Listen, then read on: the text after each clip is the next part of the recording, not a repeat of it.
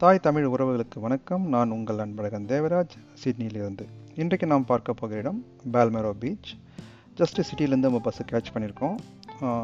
இப்போது harbour பிரிட்ஜை cross பண்ணியிருக்கோம். நீங்கள் பார்க்கும்போது ரைட் சைடில் உங்களுக்கு ஒப்பேரா ஹவுஸும் பார்த்துருப்பீங்க. சிட்டிலேருந்து பஸ் நம்பர் பார்த்தீங்கன்னா 114. வின்னியர்லேருந்து எங்களுக்கு இந்த பஸ் இருக்குது. ஸோ டபுள் டக்கர் பஸ்ஸும் இருக்குது. 114 நீங்கள் நார்மல் பஸ்ஸும் வரலாம். இது வந்து பீச் கிட்டே விட்டுட்டோம். ஜஸ்ட் 4 மினிட்ஸ் வாக்கில் நீங்கள் வந்து இந்த பீச்சை ரீச் பண்ணிடலாம். ஸோ பீச் கிட்ட வந்துட்டோம். இன்றைக்கி வெதர் வந்து நல்லா இருக்குது. வெயில் ரொம்ப அதிகமாக தான் இருக்குது. ஸோ மக்கள் கூட்டமும் கொஞ்சம் அதிகமாக தான் இருக்குது. ஸோ இந்த பீச் பார்த்திங்கன்னா ரொம்ப காமான பீச் தான். ரொம்ப பெரிய அலை அது மாதிரிலாம் இருக்காது. ஸோ நீங்கள் தைரியமாக இதில் வந்து குதிக்கலாம், நீச்சல் அடிக்கலாம், கடற்கரையை வாக்கு போகலாம். நான் ஏற்கனவே சொன்ன மாதிரி இந்த பீச் வந்து ரெண்டாக பிரிச்சிருக்கோம். இயற்கையாகவே ஒரு சின்ன ராக் இருக்குது. அந்த மலையிலிருந்து இந்த பக்கம் பார்த்திங்கன்னா ஒரு லாங் டிஸ்டன்ஸில் இருக்க பீச்சு. அந்த ராக்குக்கு அந்த பக்கம் பார்த்திங்கன்னா ஒரு குட்டி பீச்சாக இருக்கும். அது வந்து எட்வர்ட் பீச்சுன்னு சொல்கிறாங்க. ரெண்டுமே பால்மரல் தான். அதுக்கு ஒரு பேர் வச்சுருக்காங்க. பசங்க பார்த்திங்கன்னா ஜாலியாக அந்த சர்ஃப் வச்சு விளையாடிட்டு இருக்காங்க. இங்கே 2 பேர் வந்து பார்த்திங்கன்னா ஒரு இதை தேடிட்டு இருந்தாங்க, மெட்டல் டிடெக்டர் மாதிரி. அவங்கள கேட்டேன், என்ன தேடுறீங்கன்னும் போது நாங்கள் வந்து மெட்டல் தேடிட்டு இருக்கோம் அப்படின்னாங்க. மோஸ்ட் ப்ராப்ளி கோல்டோ இல்லை சில்வரோ எதாவது இருந்தானா அவங்களுக்கு வந்து அதை எடுத்து விற்று கொஞ்சம் காசு பார்ப்பாங்கன்னு நினைக்கிறேன். இங்கே ஒரு அம்மையார் பார்த்திங்கன்னா புக்ஸை வந்து உட்காந்து படித்து கொண்டு இருக்காங்க. மோஸ்ட்லி இந்த ஊரில் பார்த்திங்கன்னா புக் ரீடிங் வந்து ஒரு பெரிய ஹாபியாக இருக்கும். சின்ன பசங்க வந்து பெரியவங்க வரைக்கும். அது ஒரு நல்ல விஷயம் நான் இங்கே பார்த்துருக்கேன். பசங்க வெயில் நல்லா இருக்கிறதுனால ஜாலியாக தண்ணியில் ஆட்டம் போட்டானுங்க. இந்த குட்டி மலை தான் வந்து நான் சொன்ன அந்த ராக்கு.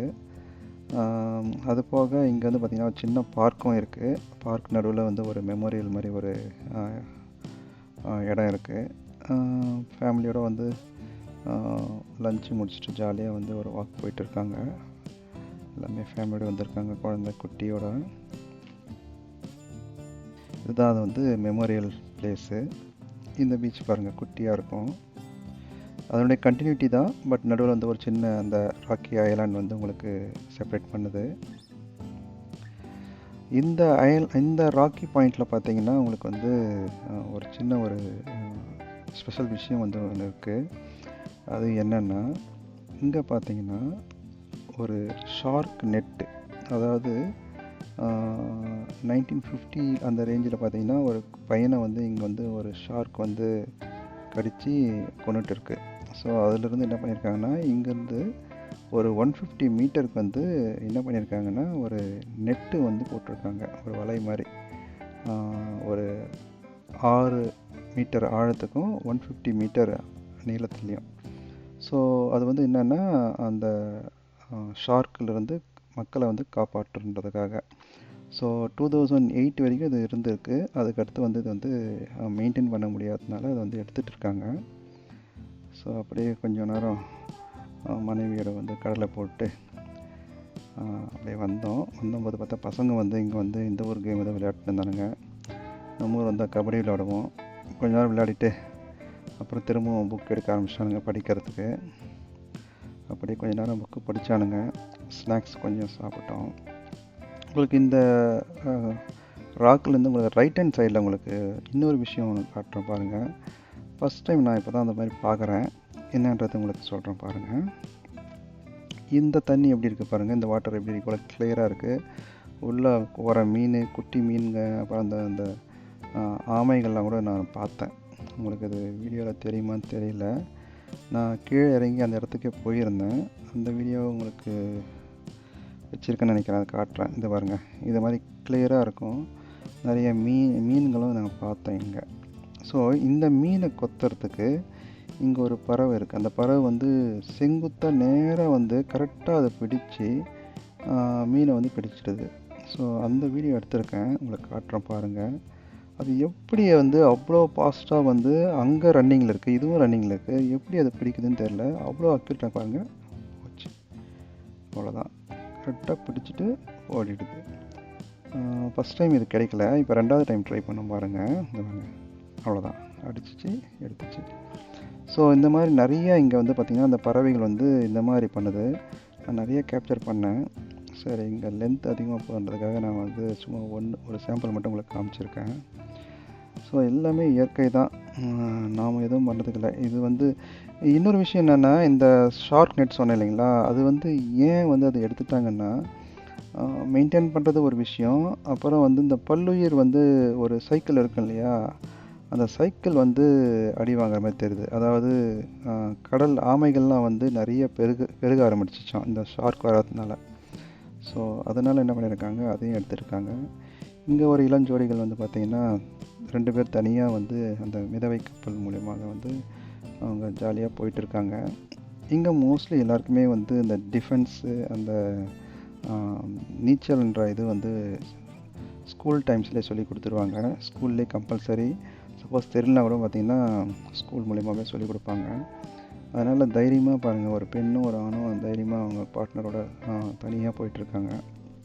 ஸோ தண்ணி எப்படி இருக்குன்னு பாருங்கள். இந்த கடல் தண்ணி வந்து எவ்வளோ அழகாக, எவ்வளோ வெள்ளையாக ஒயிட்டாக இருக்குதுன்னு பாருங்கள். கிறிஸ்டல் கிளியராக இருக்குது. ஸோ இந்த 3 விதமான விஷயமும் இங்கே தான் இருக்குது. ஒன்று லாங் பீச்சு, ஒன்று ஷார்ட் பீச்சு, அப்புறம் இந்த மாதிரி ஒரு இடம், அந்த பாறைகளோடு இருக்கிற இடம். நம்ம ஊர் பாண்டிச்சேரி மாதிரி நிறைய பாறைகள் இருக்குதுன்னு நினைக்கிறேன். ஸோ இங்கே பார்த்திங்கன்னா இன்னொரு விஷயம் என்னென்னா, கயாக்கிங் இருக்குது. நம்ம வந்து ஹையர் பண்ணி கயாக்கிங் எடுத்துகிட்டு நம்ம ஓனாக போகலாம். அந்த மாதிரி ஒரு விஷயமும் இருக்குது. நீங்களே வந்து துடுப்பு போட்டு ஒரு ரவுண்ட் அடிச்சுட்டு வரலாம்.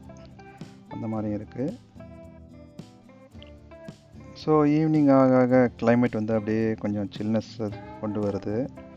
மக்களுமே வந்து மோர்லெஸ் வந்து கிளம்பிட்டாங்க. இப்போ கொஞ்சம் பேர் தான் இருக்காங்க. பீச் வந்து நம்ம வந்து மார்னிங் பார்த்தோம், அப்புறம் வந்து மதியத்தில் எப்படி இருந்ததுன்னு பார்த்தோம். இப்போ ஈவினிங் டைமு, இதுவுமே கொஞ்சம் ஓரளவுக்கு அலைகள்லாம் வந்து ஸ்லோ டவுன் ஆகி கொஞ்சம் சத்தம் கம்மியாக இருக்குது. ஸ்டில் குழந்தைங்க வந்து 1-2 பேர் இருக்காங்க. சில பேர் வந்து வீட்டுக்கு கிளம்பிட்டாங்க. உங்கள் காலையில் பார்க்கும்போது எப்படி இருந்தது பீச்சு, மதியம் ஒரு மாதிரி இருந்தது.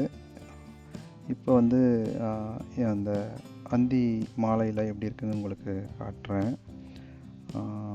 அது ஒரு விதமாக இருக்குது. பசங்க வந்து ஸ்கூல் டோட்டலாக வந்திருக்காங்க.